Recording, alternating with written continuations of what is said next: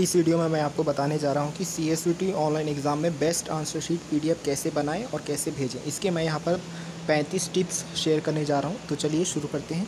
ठीक है, यहां पर जो भी आपको टिप्स बताए जाएंगे वो एप्लीकेबल होंगे CSVT online exam. Mock test में भी आप इन टिप्स को यूज़ कर सकते हैं, थ्योरी एग्ज़ाम में भी और प्रैक्टिकल एग्ज़ाम में भी। ठीक है, यहाँ पर मैं एक चीज़ स्पष्ट कर देना चाहता हूँ कि यहाँ पर जितने भी टेक्निकल स्टेप्स बताए जाएंगे वो इम्प्लीमेंटेड किए जा सकते हैं स्मार्टफोन्स में, यानी कि एंड्रॉयड मोबाइल्स में। ठीक है, तो चलिए शुरू करते हैं। ठीक है, तो इसमें कुछ नॉन टेक्निकल स्टेप्स भी हैं और टेक्निकल स्टेप्स भी हैं, दोनों को आपको जानना ज़रूरी है। ठीक है, सबसे पहला ये है कि हमेशा आपको ब्लैक बॉल पॉइंट पेन का यूज़ करना है आंसर्स लिखने के लिए, क्योंकि यदि आप जेल पेन से लिखते हैं तो क्या होता है, वो इंक कुछ समय के बाद फैल जाता है।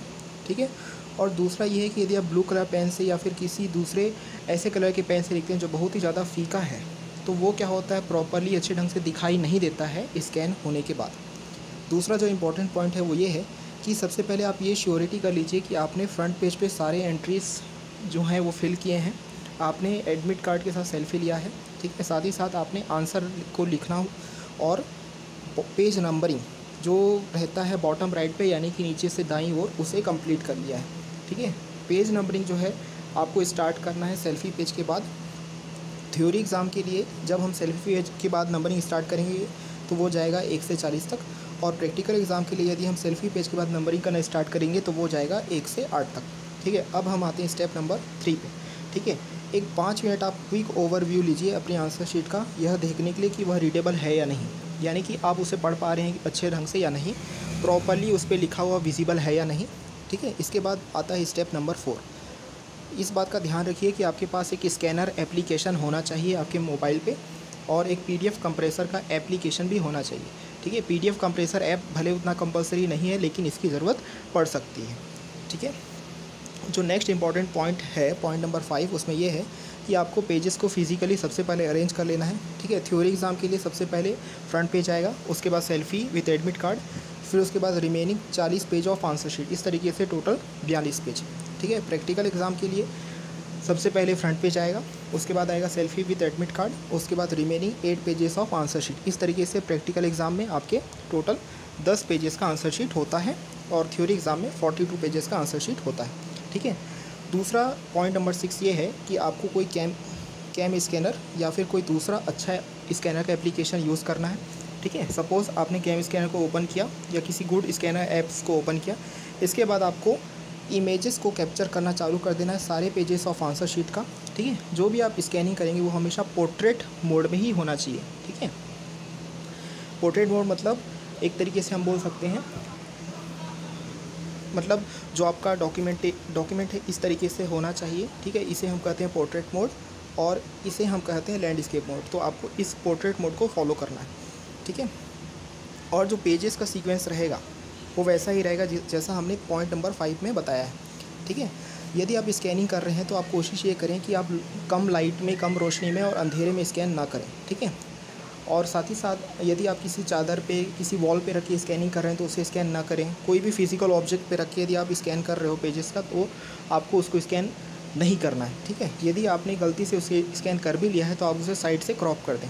ठीक है, आप बैठकर, है ना, बैठी अवस्था में, है ना, बैठकर पेजेस को स्कैन ना करें। ठीक है, आप हमेशा स्टैंडिंग अप होकर खड़े होने के बाद ही पेजेस को स्कैन करें। ठीक है, पॉइंट नंबर 8 ये है कि आप सारे पेजेस को प्रॉपर विजिबिलिटी और क्लैरिटी के लिए चेक करें। यदि किसी पेजेस में कोई भी इम्प्रॉपर विजिबिलिटी, कोई भी पेजेस यदि अच्छे ढंग से नहीं दिखाई दे रहा है तो आपको उसको दोबारा स्कैन करना है। ठीक है, सिर्फ और सिर्फ उन्हीं पेजेस को आपको दोबारा स्कैन करना है जो अच्छे ढंग से दिखाई नहीं दे रहे हैं। ठीक है, और पेजेस को आपको अरेंज करना है स्कैनर ऐप के अंदर। ठीक है, पॉइंट नंबर 9 ये है कि यदि स्कैन करने के दौरान स्कैनर ऐप आपका क्रैश हो जा रहा है या फिर अपने आप अचानक क्लोज हो जा रहा है, तो आपको पेजेस को दोबारा स्कैन करना पड़ सकता है।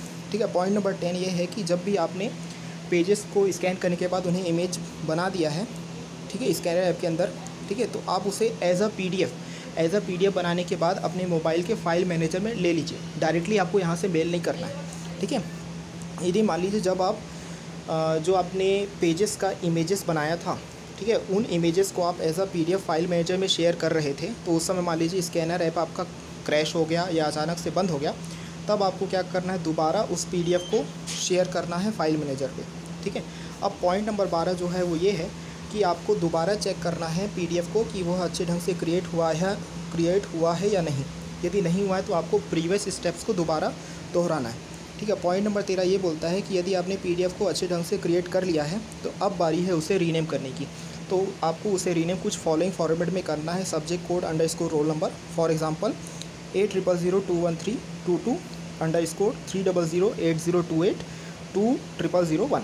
ठीक है, पॉइंट नंबर 14 ये बोलता है कि आपको दोबारा पीडीएफ को चेक करना है कि वो प्रॉपरली रीनेम हुआ है या नहीं। यदि नहीं हुआ है तो आपको प्रीवियस स्टेप को पॉइंट नंबर 13 को रिपीट करना है।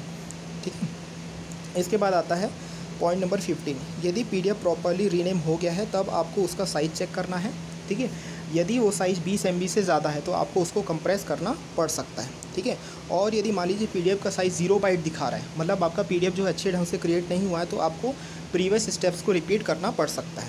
ठीक है, पॉइंट नंबर 16 ये बोला जाता है कि यदि आपका पीडीएफ का साइज़ सपोज़ 20 MB से ज़्यादा है तो आप कोई ऑनलाइन टूल जैसे कि ilovepdf.com, पीडीएफ कंप्रेस, ठीक है, ये सारे टूल्स या फिर वेबसाइट का यूज़ कर सकते हैं पीडीएफ को कंप्रेस करने के लिए।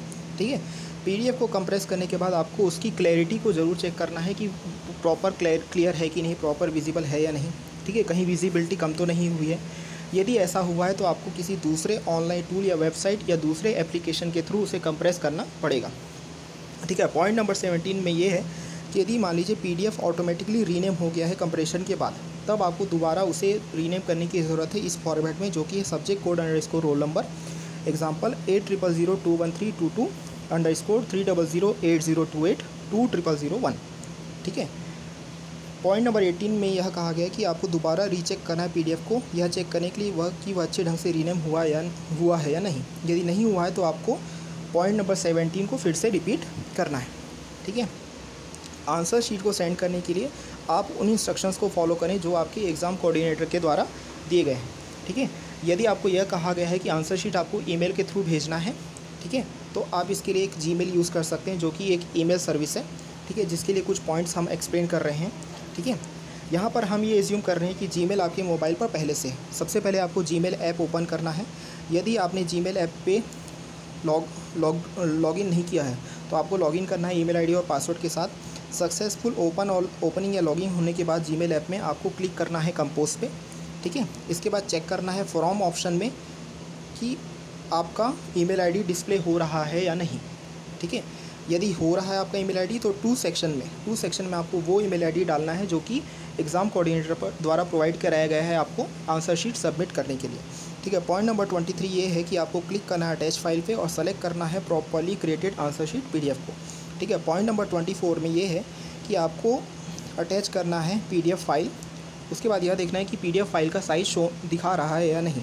यदि मान लीजिए पीडीएफ फाइल का साइज़ 0 बाइट दिखा रहा है तो ऐसा हो सकता है कि आपने या तो गलत फाइल सेलेक्ट किया है या फिर आपने पीडीएफ को प्रॉपर्ली ढंग से क्रिएट नहीं किया है। तो उस केस में आपको क्या होगा, पीडीएफ दोबारा बनाना पड़ेगा। ठीक है, पॉइंट नंबर 25 में यह कहा गया है कि यदि फाइल का साइज़ 20 MB से कम है तो आपको सेंड पे क्लिक कर देना है। ठीक है, भेजने के बाद आपको सेंड बॉक्स पे ये भी चेक करना है कि वो प्रॉपर्ली सेंड हुआ है या नहीं। ठीक है, इसके लिए आपको फ़ाइल का प्रीव्यू चेक करना है और आप उसे डाउनलोड करके भी देख सकते हैं कि वो अच्छे ढंग से सेंड हुआ है या नहीं। ठीक है, पॉइंट नंबर 27 में यह कहा गया है कि मान लीजिए सेंडिंग जो है कंप्लीट नहीं हुआ है तो आपको आउटबॉक्स चेक करना है। यदि आउटबॉक्स चेक करना है और जिस भी ईमेल से आप उसे भेज रहे हैं, ठीक है, वहाँ पर आपको आउटबॉक्स में दिखाई देगा कि वो आउटबॉक्स में है। उसके बाद आपको फिंगर टैप करते हुए आउटबॉक्स में फिंगर टैप करते हुए, ठीक है, स्क्रीन पे ड्रैग डाउन करना है रिफ़्रेश करने के लिए। ठीक है, तो उसके बाद क्या होगा, वो रिफ़्रेश होने के बाद चला जाएगा। ठीक है, दूसरा ये है कि यदि मान लीजिए आप जब फाइल सेंड कर रहे थे ईमेल के थ्रू उस समय इंटरनेट कनेक्टिविटी बहुत ज़्यादा ख़राब हो गया या फिर चला गया तो उसके बाद आपको दोबारा फाइल सेंड करने की ज़रूरत पड़ सकती है। ठीक है, अब दूसरा केस में हम ये देखते हैं कि सपोज़ आपको एग्ज़ाम कोऑर्डिनेटर ने यह बोला था कि आपको आंसर शीट व्हाट्सएप पे भेजना है, तो आपको कैसे भेजना है। ठीक है, तो इसके लिए हम कुछ पॉइंट्स बता रहे हैं। पॉइंट नंबर 28, आपको व्हाट्सएप का ऐप ओपन करना है। ठीक है, यदि आपने व्हाट्सएप में लॉगिन नहीं किया है तो आपको लॉगिन करना है अपने मोबाइल नंबर के साथ और व्हाट्सएप कोड्स के साथ, ठीक है, जो व्हाट्सएप द्वारा प्रोवाइड किए जाते हैं। ठीक है, आंसर शीट पीडीएफ यदि आप व्हाट्सएप अकाउंट से किसी दूसरे व्हाट्सएप नंबर पे भेजेंगे जो कि दूसरा व्हाट्सएप अकाउंट होगा, तब क्या होगा, उस नंबर को, उस पर्टिकुलर नंबर को आपको अपने फ़ोन बुक में यानी कि फ़ोन में सेव करने की ज़रूरत पड़ सकती है। ठीक है, पॉइंट नंबर 29, ठीक है, जब आप सक्सेसफुली ओपन कर लिए हैं या लॉगिन कर लिए हैं व्हाट्सअप अकाउंट पे, ठीक है, तो यहाँ पर आपको उस व्हाट्सअप अकाउंट को भी सेलेक्ट करना है जिस व्हाट्सअप अकाउंट पे आपको आंसर शीट भेजने के लिए कहा गया है, ठीक है। पॉइंट नंबर 30 में यह कहा गया है कि व्हाट्सअप अकाउंट सेलेक्ट करने के बाद आपको क्लिक करना है अटैचमेंट आइकन पर, ठीक है। इसके बाद आपको सेलेक्ट करना है डॉक्यूमेंट ऑप्शन और क्लिक करके ब्राउज़ करना है अदर डॉक्यूमेंट्स के लिए, ठीक है। इसके बाद आपको PDF फाइल का लोकेशन सेलेक्ट करना है आपके फाइल मैनेजर से, ठीक है। इसके बाद आपको PDF सेलेक्ट करना है लोकेशन से और क्लिक कर देना है सेंड पे, ठीक है।